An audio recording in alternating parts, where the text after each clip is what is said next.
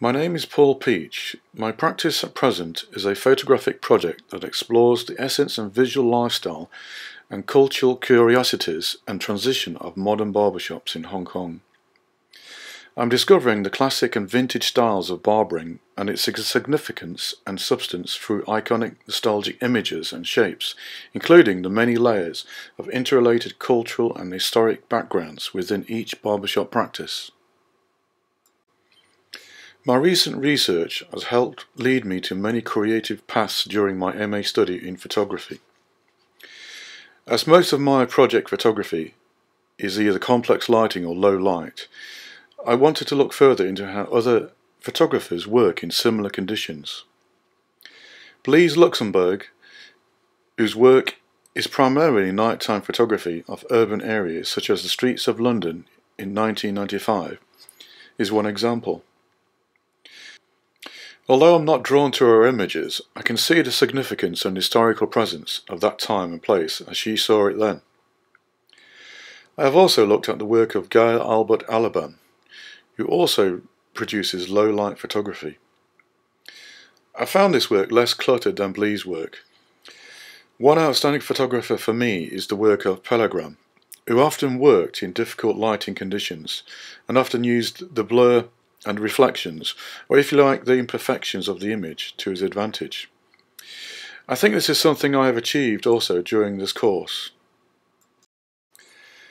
After further analysis of my images of barbershops, there is an obvious link to the perhaps hipster classic vintage scene, which is very popular now based on the number of up-and-coming vintage camera shops and nostalgic clothing and barbershops here in Hong Kong.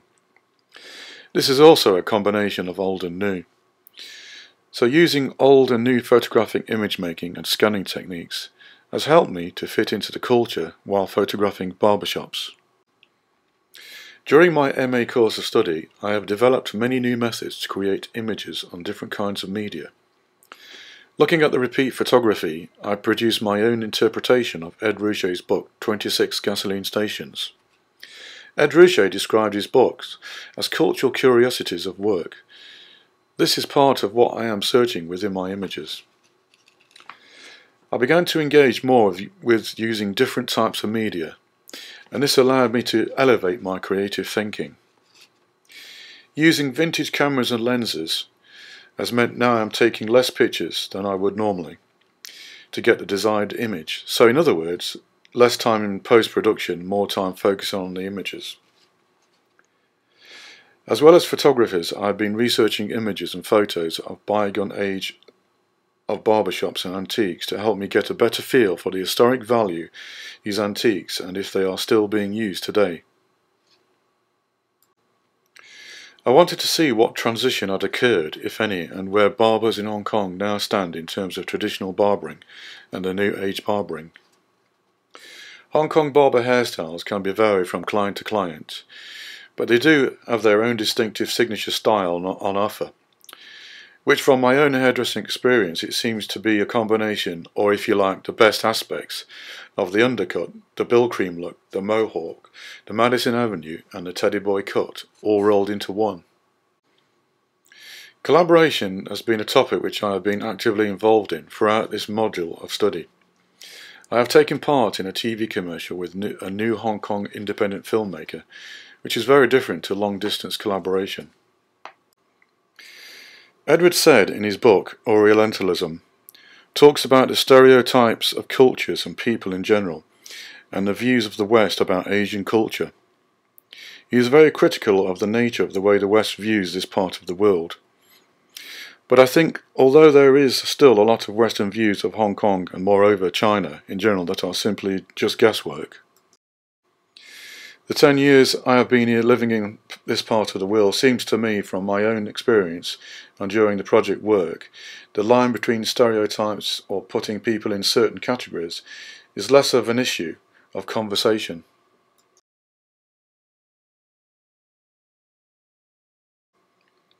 Crowdsourcing and social networking and online sharing has also been part of the collaboration topic. I helped produce and participated in a design magazine mini project, which made extensive use of social media and sharing and participation. Lind, in 2007, wrote about her ideas about collaboration, and that in art, the community aspect of collaboration had lost to some degree its social responsibility and caring and bonding. I think this is very true of today. Collaboration is often not well defined, and was, in our case, with our collaboration, was almost organic in nature.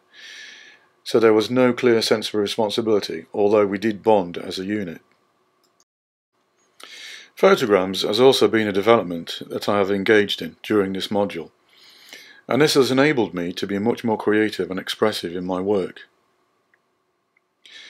The result is I have had a series of images that were really a barbershop toolbar, and this allowed me to experiment with traditional tools that are still being used today, but with a modern twist.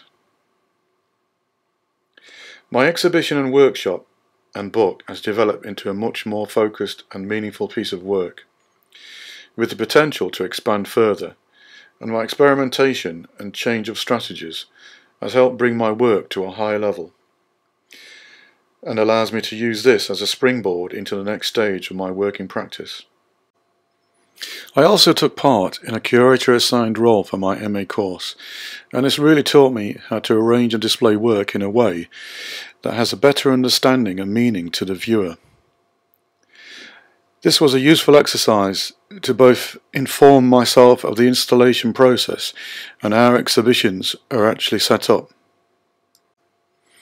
The creator role itself gave me a lot of experience at arranging work visually, and also to better categorize and assemble work in a more creative and balanced way.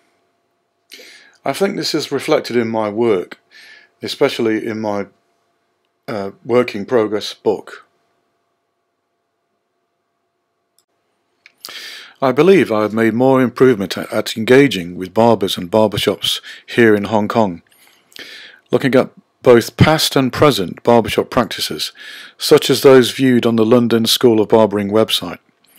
It's clear there are many nostalgic and classical styles and practices that are commonplace in the barber profession. But there are cultural differences in the way that Hong Kong barbers operate their businesses and practices. I would like to further explore some of these differences in my project. It's almost inevitable barbershop photographs will always have some commercial value or perspective. But I like to think that my project is less about the promoting and more about the reality, but in a dynamic and informed way. My vintage camera lens workshop, which was completed over 2 weekends, had very positive feedback, and I've already been asked to do another workshop in the coming few months. And finally, my exhibition, which I have managed to complete successfully. My target audience was always going to be mostly the barbers themselves, and also clients who are effectively the general public. I have set up questionnaires at both of my venues, and I hope to get more feedback in the coming days. I've already been asked to sell my prints. As far as I'm aware, this is probably the first time anyone has actually had an exhibition inside a barbershop. This has allowed me to experiment with different kinds of installation and framing and surfaces, and I hope to improve on this exhibition experience in the future. Thank you for your time and listening to this presentation.